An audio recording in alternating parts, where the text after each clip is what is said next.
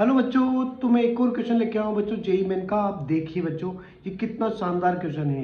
इस क्वेश्चन को देखते ही बच्चे छोड़ देते हैं क्योंकि उनको लगता है ये उनसे हो ही नहीं पाएगा, बहुत टफ है।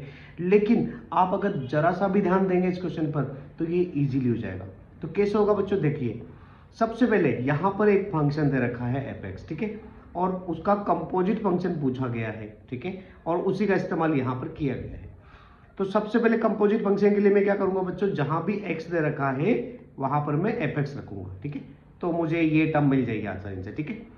अब यहां पर fx की वैल्यू रखकर जैसे ही मैं सोल्व करूंगा तो मेरे पास ये एक्सप्रेशन आ जाएगा बच्चों। मतलब जैसे इसका 2 बार कंपोजिट किया तो यहाँ पर 2 आ गया। अब हम इस रिलेशन को समझने के लिए एक बार फिर से x की जगह fx रखते हैं और सोल्व करते हैं। जैसे ही आप इसको सोल्व करोगे बच्चों, यहाँ पर आ जाएगा 3, अगर 3 बार करने पर। तो मुझे रिलेशन समझ में आया कि अगर एक बार कंपोजिट किया तो 2 आया था, 2 बार किया तो 3 आया, तो ऐसे n बार करोगे तो क्या आ जाएगा, वहां पर n आ जाएगा। तो इसी तरीके से हमको ये कंपोजिट फंक्शन मिल गया। अब मैं इसकी वैल्यू को यहां पर रख दूंगा बच्चों। यहां पर रखते x की पावर 1 यहां हो रहा है और x की पावर n-2 यहां हो रहा है, तो ऑल ओवर x की पावर हो जाएगा n-1, ठीक है। तो ये फंक्शन हमारे पास आ गया। अब तो बड़ा आसान है बच्चों, इसको जैसे ही t मानोगे ऊपर वाला डिफरेंशिएशन दिख जाएगा, ठीक है।